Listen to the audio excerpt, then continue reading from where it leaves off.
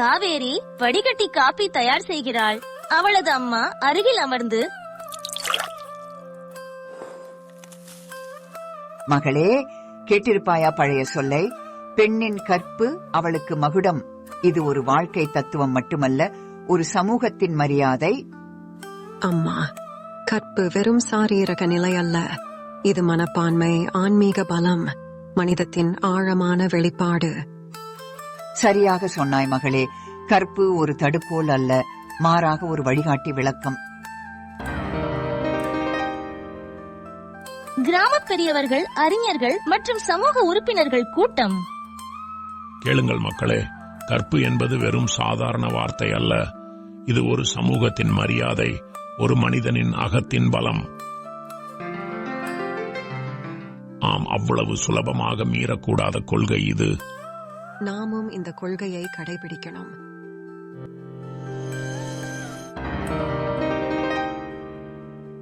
வணக்கம் காவேரி, எப்படி இருக்கீங்க?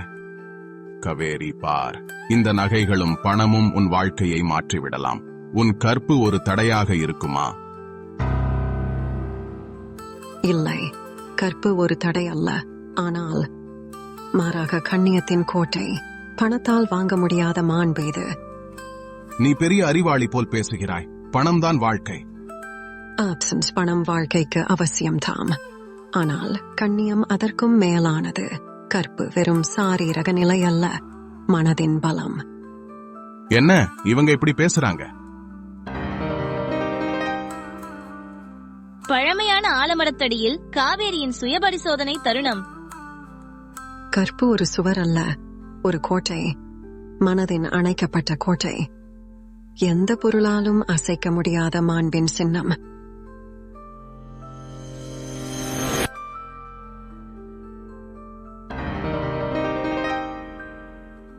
கற்பு ஒரு வார்த்தை அல்ல, ஒரு வாழ்க்கை தத்துவம், மனிதத்தின் ஆழமான மரியாதை. காவேரி வெறும் பெண் மட்டுமல்ல, இவள் ஒரு சமூகத்தின் மாண்பின் பிரதிநிதி.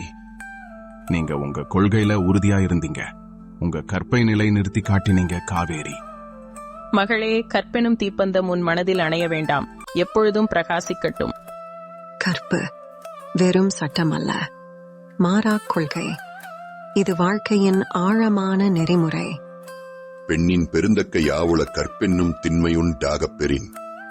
கற்பு. Please subscribe.